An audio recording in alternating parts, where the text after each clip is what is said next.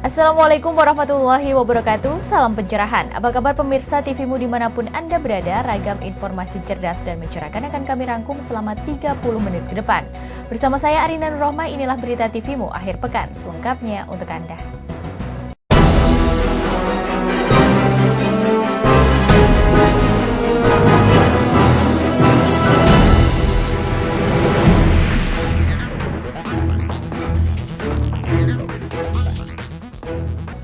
Pemirsa, dalam kondisi menurunnya nilai tukar rupiah, Ketua Umum Pimpinan Pusat Muhammadiyah Haidar Nasir berharap pemerintah memperhatikan perkembangan nilai tukar rupiah menjadi bagian yang serius. Ia juga yakin dan mendorong pemerintah agar mampu membangkitkan ekonomi negara. Saat ini, kondisi ekonomi Indonesia semakin memburuk melebihi pada tahun 1998. Nilai tukar rupiah turun karena tingginya harga dolar yang mencapai Rp14.000. Hal ini berdampak buruk pada setiap komponen baik itu ekonomi makro maupun mikro. Melihat kondisi seperti ini, Ketua Umum Pimpinan Pusat Muhammadiyah Haidar Nasir berharap pemerintah harus memperhatikan perkembangan nilai tukar rupiah agar menjadi bagian yang serius. Karena yang terjadi saat ini bisa menjadi pertanda dari persoalan-persoalan ekonomi yang perlu diperhitungkan agar Indonesia tetap bertahan dalam perekonomian yang baik. Kita ingin pemerintah memperhatikan betul perkembangan penurunan nilai tukar rupiah sebagai bagian yang serius, karena boleh jadi ini adalah pertanda dari persoalan-persoalan ekonomi yang perlu diperhitungkan betul agar Indonesia tetap bisa kuat dan tetap bisa bertahan di dalam kehidupan ekonomi yang sedang melanda bukan hanya Indonesia, namun juga dunia. Muhammadiyah selalu mendorong dan juga yakin pemerintah dapat menjalani rekonstruksi ekonomi negara di samping tugas pemerintah dalam politik dan kebudayaan. Rizky Nurul Ilmi, Bambang Triwibowo memberitakan dari Jakarta. Pemirsa, kondisi perekonomian Indonesia yang sedang terpuruk saat ini dinilai tukar rupiah kian tergerus oleh dolar yang kini mencapai 14.000. Mendapatkan tanggapan dari sejumlah tokoh bangsa, salah satunya dari mantan Ketua Umum Muhammadiyah Din Samsudin. Seperti apa tanggapannya? Berikut penuturannya. Menurut Din Samsudin, perekonomian Indonesia tidak cukup kuat. Sehingga jika harga dolar lebih dari 12.000, dikhawatirkan akan mengguncang perekonomian negara.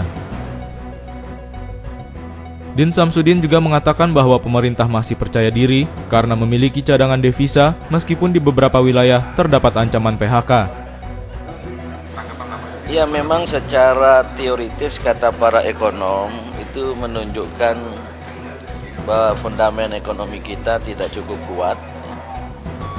Dan sebagaimana pada masa lampau, kalau sudah meluncur tinggi, apalagi melampaui batas 12.000, apalagi sekarang 14.000, itu tentu akan bisa menggoyahkan. Dan terutama biasa yang ditakuti itu adalah adanya rush perbankan.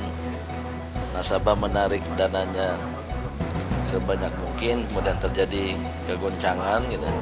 Tapi saya mendengar penjelasan dari pemerintah, pemerintah cukup punya kepercayaan diri. Kemarin Pak Jokowi, kebetulan saya berada di sampingnya, setelah membuka Munas MUI di Surabaya, mengatakan kita masih punya cadangan devisa, punya dana di pemerintah, termasuk pemerintah daerah. Yang mungkin isunya sekarang daya serapnya yang rendah, yang lemah, sehingga kita berharaplah tidak mengganggu, walaupun saya mendapat informasi di beberapa tempat gelagat dan gejala PHK itu juga sudah menganga. Nah, kalau itu terjadi mungkin nanti tidak mudah untuk diatasi karena keluarga harus dihidupi. Kalau sampai keluarga ter-PHK tentu akan membawa dampak. Tim TVmu memberitakan. Beralih ke berita lain pemirsa, setelah Muktamar Aisyah di Makassar, pimpinan pusat Aisyah menyelesaikan kelengkapan struktur kepemimpinan di tingkat pusat dengan majelis serta lembaganya. Kemudian September nanti akan dilaksanakan rapat koordinasi terkait fokus program di setiap lembaga. Pimpinan Pusat Aisyah tengah menyelesaikan kelengkapan struktur kepemimpinan di tingkat pusat dengan majelis dan lembaganya masing-masing setelah Muktamar 1 Abad Aisyah di Makassar.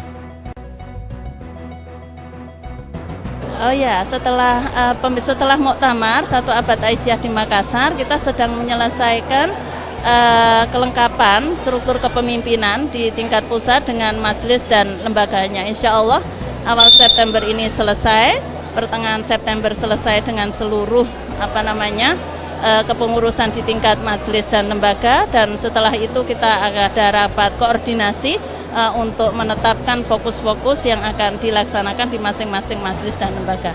Itu. Siti Nurjanah Johantini selaku Ketua Umum Pimpinan Pusat Aisyah terpilih menjelaskan, Aisyah tetap konsisten pada program Aisyah dalam bidang kesehatan dan kemanusiaan. Rizky Nurul Ilmi, Bambang Triwibowo memberitakan dari Jakarta. Pemirsa, mantan Ketua Umum Pimpinan Pusat Muhammadiyah Din Samsudin hadir mengisi tausiah dalam prosesi tablik akbar pembekalan jamaah haji yang digelar PDAM Karanganyar di halaman gedung Rumah Sakit PKU Karanganyar. Tablik akbar sebelum keberangkatan jamaah calon haji merupakan kegiatan rutin yang dilakukan PDAM Karanganyar tiap tahunnya.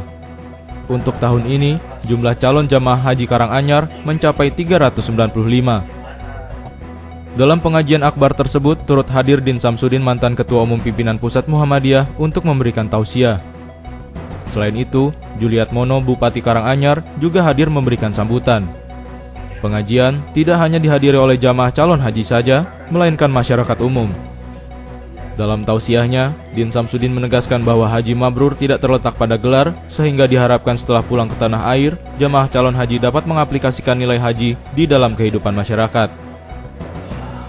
Muhammad Samsuri, Ketua PDAM Kabupaten Karanganyar, mengatakan bahwa dalam hal ini PDAM berperan untuk membekali calon jamaah haji.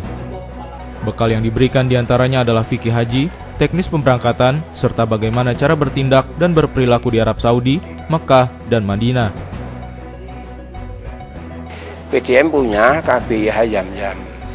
KBIH Yam-Yam ini memberikan proses pembelajaran jamaah calon haji Kabupaten Karanganyar yang sudah berjalan hampir 1 tahun secara terus menerus. Ya. Jadi kita mengadakan pembimbingan itu, penjelasan itu tentang fikih haji, tentang teknis pemberangkatan, lalu bagaimana harus bertindak di Arab Saudi, di Mekah, di Madinah, juga bisa beribadah sesuai dengan tuntunan Rasulullah Muhammad SAW. Itu sudah kita lakukan terus menerus. Nuni Faisal, UMS, memberitakan dari Karanganyar, Jawa Tengah. Pemirsa, Menteri Agama Lukman Hakim Saifuddin menjadi Amirul Hajj untuk memimpin jamaah haji Indonesia pada prosesi haji tahun 2015. Dalam tugasnya, Menteri Agama akan didampingi 2 wakil Amirul Hajj, yaitu Majdar Farid Masudi dan Samsul Anwar.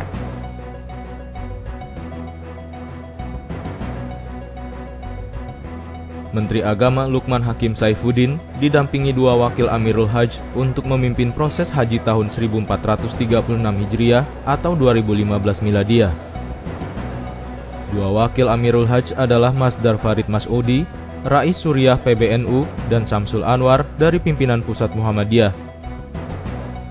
Sedangkan Sekretaris Amirul Hajj adalah Kepala Biro Hukum dan Kerjasama Luar Negeri Kementerian Agama, Ahmad Gunaryo, dan anggota Amirul Hajj yang berasal dari sejumlah ormas Islam. Sebagai Amirul Hajj, maka Menteri Agama akan memonitoring dan mengevaluasi semua proses pelayanan haji di Madinah dan Mekah, sehingga kegiatan yang sama di tahun depan akan lebih baik. Tugas penting Amirul Hajj adalah menjadi duta jamaah haji Indonesia saat berlangsungnya pertemuan maupun menghadiri undangan dari Raja Arab Saudi. Selain itu, Amirul Hajj akan mewakili jamaah dalam pertemuan antar Amirul Hajj seluruh dunia. Tahun 2015, Indonesia akan memberangkatkan 168.800 jamaah yang terdiri dari 155.200 jamaah reguler dan 13.600 jamaah khusus. Dari 155.200 jamaah, 154.049 jamaah haji dan 1.151 adalah petugas haji. Pemberangkatan gelombang pertama yang langsung menuju Madinah berlangsung sejak tanggal 21 Agustus hingga 3 September 2015. Sedangkan pemberangkatan gelombang kedua berlangsung pada tanggal 4 hingga 17 September 2015 dan mendarat di Bandara King Abdul Aziz, Jeddah. Saat ini kota Madinah mulai dipadati jamaah dari berbagai negara. Khusus untuk jamaah haji Indonesia hingga Sabtu kemarin, tercatat sebanyak 37.521 jamaah sudah berada di Madinah. Mereka tergabung dalam 92 kelompok terbang yang mendarat sejak 21 Agustus lalu. Dari 13 embarkasi yang memberangkatkan jamaah haji Indonesia, masih ada 2 embarkasi yang belum sampai ke Madinah, yakni embarkasi Aceh dan Banjarmasin. Jamaah asal Aceh dan Banjarmasin akan terbang pada gelombang kedua dan mendarat di Bandara King Abdul Aziz dari baru memasuki kota Madinah setelah selesai proses puncak haji. Saiful Hadi, TVMU memberitakan. Pemirsa, berita mengenai tasyakuran 54 tahun IPM akan kami hadirkan setelah jeda berikut ini. Tetaplah bersama kami di TVMU.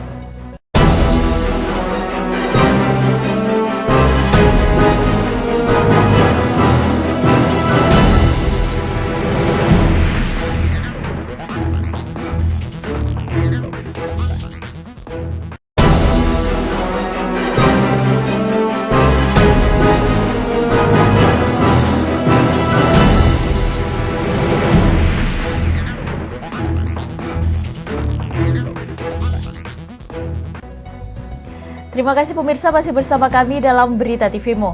Pemirsa, Ikatan Pelajar Muhammadiyah menggelar tasyakuran 54 tahun Hari Jadi IPM di Gedung Dakwah Pimpinan Pusat Muhammadiyah Menteng, Jakarta.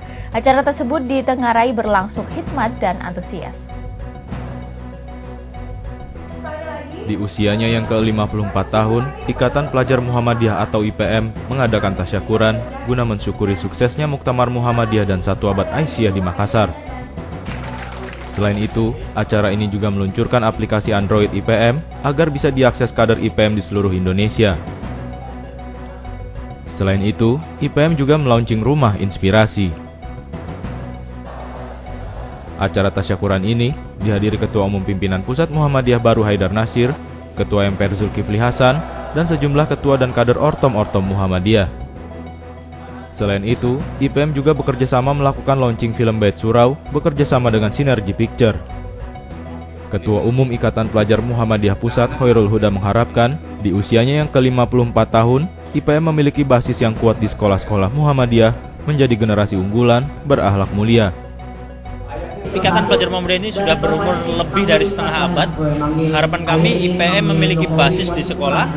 Maka harapan saya sebagai Ketua Umum adalah bagaimana IPM kembali kepada basis, yaitu di sekolah-sekolah Muhammadiyah, bagaimana kemudian memberdayakan teman-teman di sekolah, bagaimana bermanfaat buat teman-teman sekolah, sesuai dengan cita-cita IPM, mewujudkan pelajar yang berilmu, berakhlak mulia dan terampil. Dan itu apa yang kemudian kita lakukan selama ini adalah bagaimana kemudian memberdayakan teman-teman di pelajar di sekolah-sekolah Muhammadiyah dan pelajar pada umumnya. Hal senada juga disampaikan Rio Basrikoto selaku anggota IPM mengharapkan pelajar Indonesia dapat berkontribusi untuk bangsa, baik di pendidikan, kemuhammadiyahan, hingga sektor-sektor kreatif.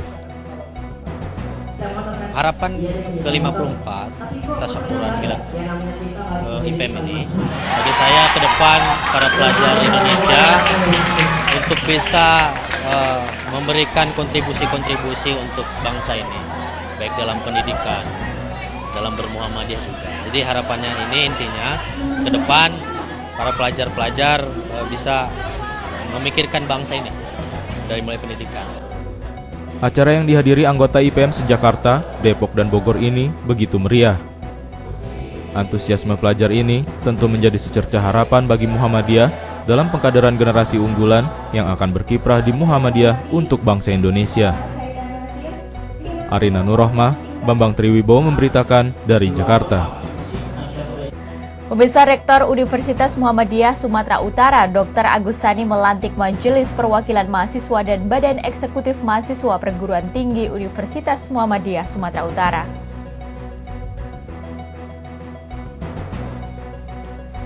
Rektor Universitas Muhammadiyah Sumatera Utara Agusani melantik Majelis Perwakilan Mahasiswa MPM UMSU dan Badan Eksekutif Mahasiswa BEM-PT UMSU Jumat 28 Januari 2015 di pelataran Kampus 3 Jalan Muhtar Basri Medan.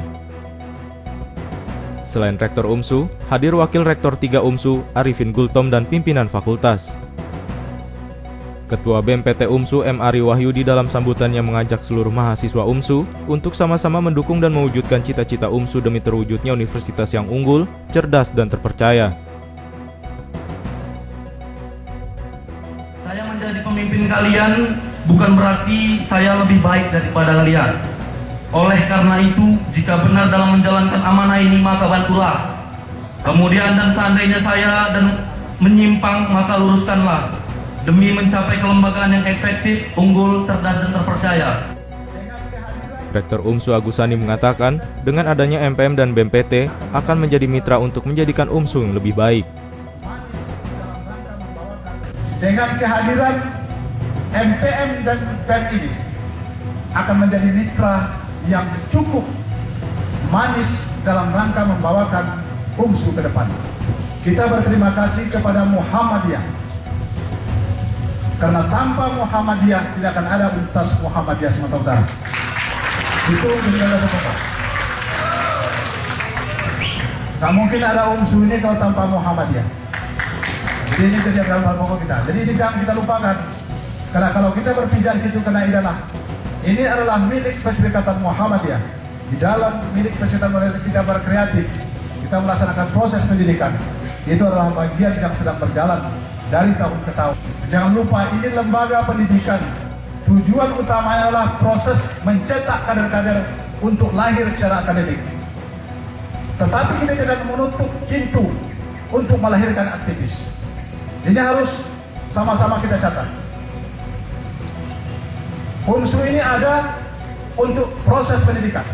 Sampai saat ini sudah hampir 30.000 lebih alumni kita sudah lahirkan di UMSU. Agusani juga mengajak seluruh mahasiswa untuk berterima kasih kepada Muhammadiyah, karena tanpa Muhammadiyah, UMSU tidak dapat berkembang seperti saat ini. UMSU adalah milik Muhammadiyah yang bertujuan untuk mendidik akademisi yang handal dan profesional. Saiful Hadi, Farhan Tanjung, TVMU memberitakan dari Medan, Sumatera Utara.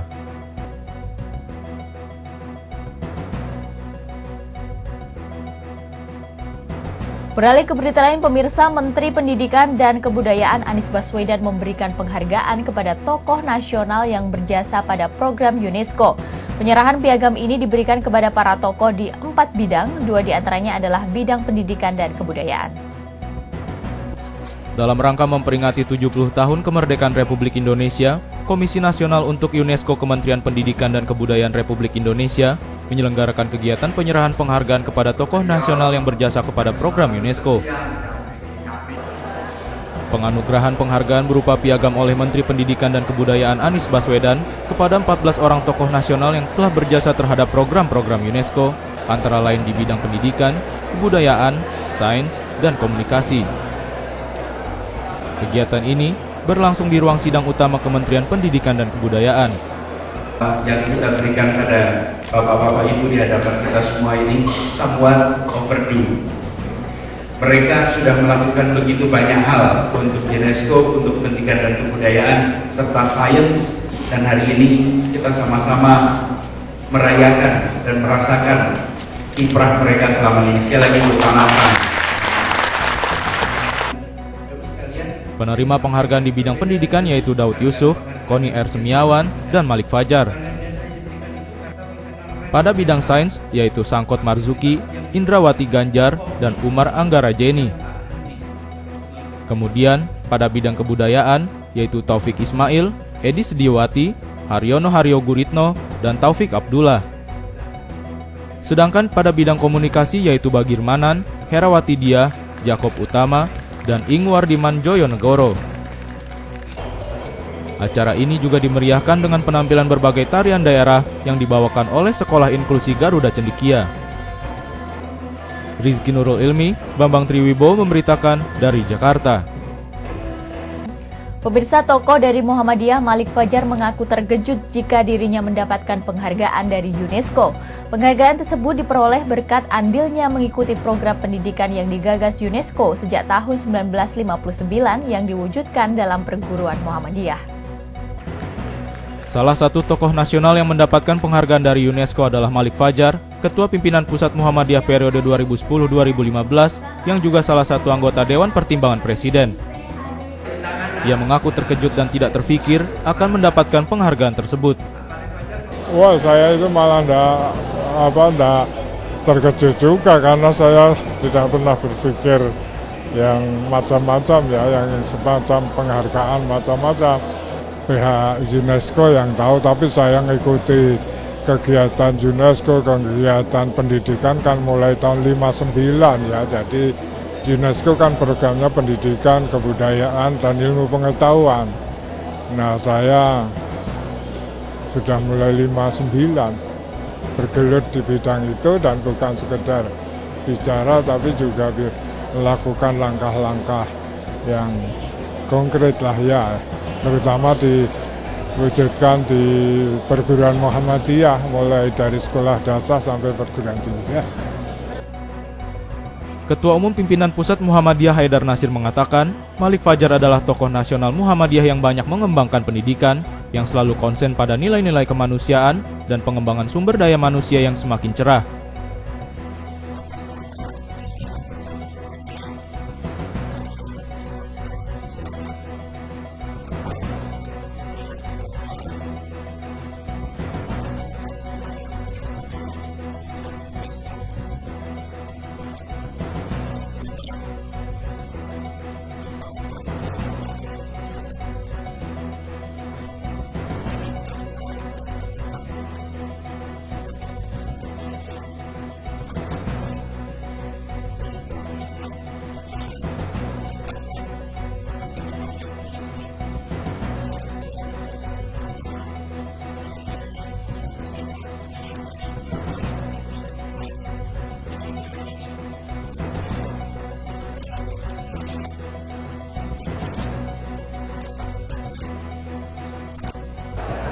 Siti Nurjanah Johantini juga merasa bangga pada penghargaan yang diraih oleh tokoh nasional khususnya Muhammadiyah.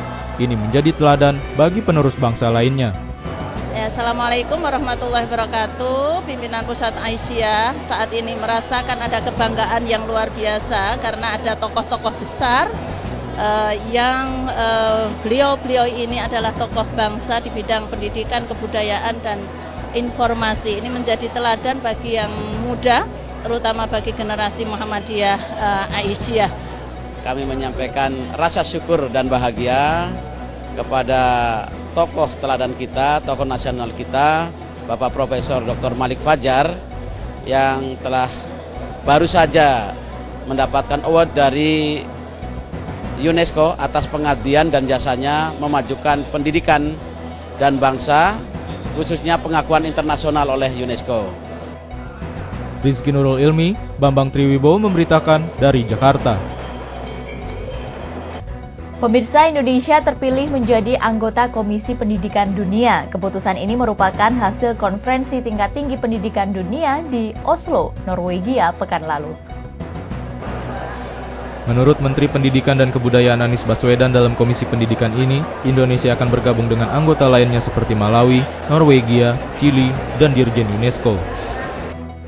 Indonesia menjadi negara satu-satunya dari Asia yang masuk dalam Global Commission on Education Financing. Komisi ini diketuai mantan Perdana Menteri Inggris Gordon Brown. Tugas Komisi Pendidikan Dunia ini, sambung Anies, memang tidaklah mudah. Pihaknya masih terus menggelar proses diskusi untuk menggulirkan program-programnya. Yang pasti, lanjut Anies, program komisi dibuat demi menjadikan pendidikan sebagai agenda utama pembangunan 15 tahun ke depan. Anies menambahkan, UNESCO juga akan menggandeng Indonesia dalam membangun pendidikan dunia. Upaya ini dilakukan karena pendidikan merupakan agenda utama pembangunan dunia.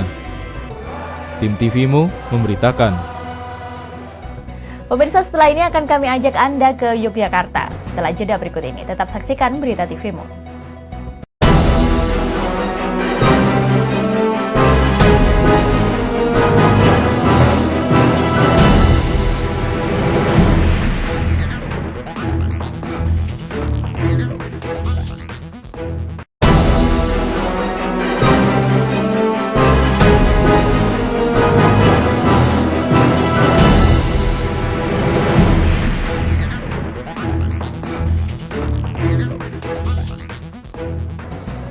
Terima kasih pemirsa masih bersama kami.